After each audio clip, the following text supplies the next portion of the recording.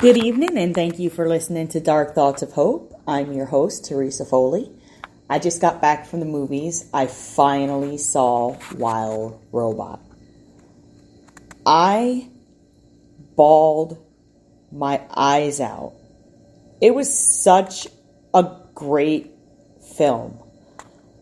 I think what made it even better was the fact that I was the only person in the movie theater. It was so cool. I got to watch it in 3D, so it felt like everything was like popping out off the screen at me, which was awesome. And I've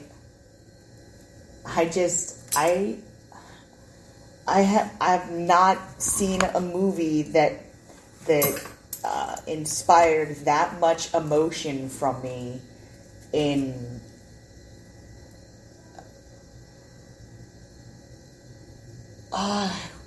a while. It was one of those movies that gave you hope.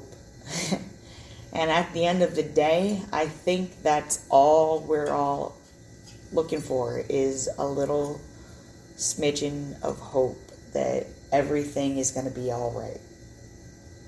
Because we live in a scary world where, you could see your loved one one day and then the next day they're gone. It sucks. But we're not going to dwell on what could be. We are going to read some more of Lois Duncan's I Know We Did Last Summer. All right, let's do this.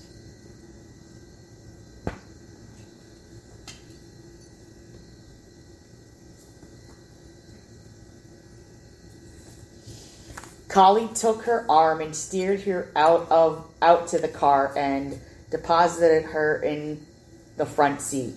Then he went around to the driver's side and got in beside her. "Why don't you turn on the radio?" he suggested. "There might be a bulletin." Obediently, Helen reached over and pushed the button that controlled the radio. Immediately, soft music filled the car. She started to turn the dial. "Leave it where it is," Collie said. "That's CBS. If there are going to be any reports, that's where we'll get them." Helen sat back in the seat and spoke to him for the first time. Her voice was thin, like a lost child's. "How did you know?" "I was watching the Channel 5 news. I do that a lot lately. Friend of mine on there gives the weather reports." "I can't believe it," Helen said.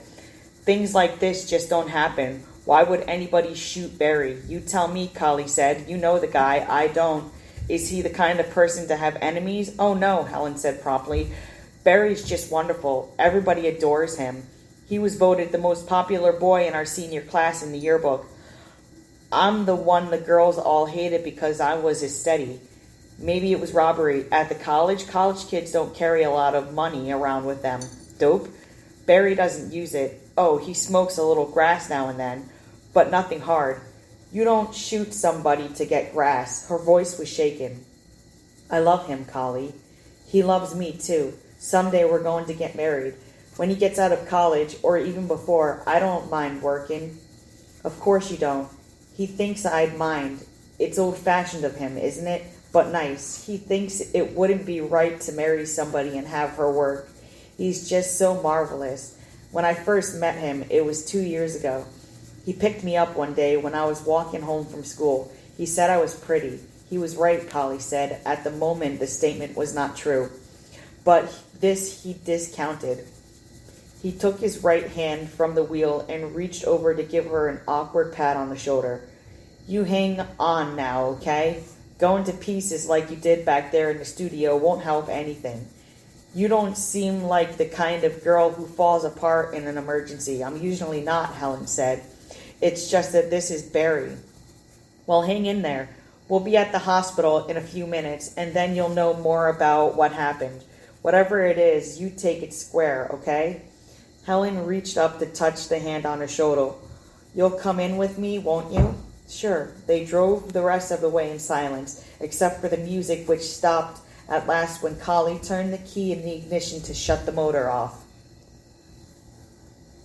The hospital was all but deserted. The gray uniformed woman at the admitting desk sent them to the second floor, and a nurse there directed them down the hall to a small waiting room. There were several people there already. Miss Cox, Helen cried, breaking away from Collie's side to rush over to a thin-faced, blonde woman in a beige pantsuit. The man next to her was portly and gray-haired, with tired eyes. Automatically, as though from force of habit, he began to rise to his feet, and the woman put out a hand to gesture him down again. "Hello, Helen," she said. "I'm surprised to see you here. Surprised. How could I not be here? Oh, Miss Cox, I can't believe it. I just can't." Her eyes filled, and she reached out as though to embrace the woman. Miss Cox drew back slightly and gestured toward the other people who were with them. "Myrna, Bob, this is Helen Rivers, a classmate of Barry's last year. These are the Crawfords, our dear friends and next-door neighbors." "How do you do?" Helen said dutifully. The stony faces of Barry's parents seemed to bewilder her. She turned to Collie. "This is Colin Wilson. He's a friend. He lives in the same apartment house I do." "Barry has lots of friends," Miss Cox said. "I'm glad to see that most of them had the good taste not to come troping down here. This isn't a circus show, Helen. There's nothing to see. It's my boy in there. My boy, terribly hurt, maybe dying." Abruptly, she raised her hands and covered her face. The rings on her fingers twinkled under the overhead light. Watching her, Collie found himself wondering how she ever managed to use her hands as encumbered as they were. Mr. Cox put an arm around his wife's shoulders. "Now, Celia," he said gruffly, "chin up, dear." He turned to Helen. "You'll have to forgive her. She's very upset. We all are. It was thoughtful for you and your friend to come down here, but I do think it might be better if we kept it to close friends and family." Right at this point, anyway, Helen's face was white. She said, "He might be dying. He has the best care, the best doctors. What are they doing to him in there?" "Send her away," Miss Cox cried. "My God, how much of this do we have to be put through? If she hadn't phoned him, if she hadn't insisted on dragging him out to meet her, this wouldn't have happened." "What do you mean?" Helen asked. She turned to Mr. Cox. "What is she talking about?" "We're not blaming you, Helen," Barry's father said. "We know the last thing on your mind was bringing harm to Barry. Nevertheless, it was your phone call that brought him out onto the playing field in the dark. Of course, you were not directly responsible for this tragedy.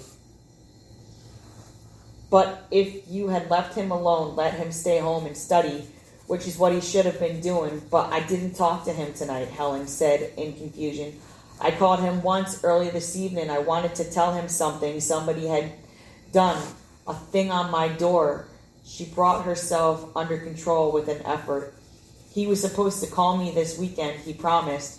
And when he didn't, I had to tell him. But he wasn't there. I called about 5, and he was out, and I left word for him to call me back, but he didn't. We're set for a long wait here, dear," Miss Crawford spoke up quietly, and her voice was not unkind. "The Coxes have your number, I'm sure. We'll you are called when there is something definite to report. In the meanwhile, I think you'd better go. I really do. But Barry and I'm not just a school friend. I'm more, a lot more." Helen's voice was rising sharply. "Come on," Collie said softly. "I think we'd better go somewhere else to wait. People here are upset enough, okay?" "But," Helen began, "I don't understand." Gently, he took her arm and turned her around. "Come on." Nobody spoke to call them back. Still holding her arm, he steered her down the hall to the elevator. "There are other waiting rooms. We'll still sit in the lobby. We'll have that whole darned place to ourselves. You can yell or cry or anything you want to, and it won't bother anybody."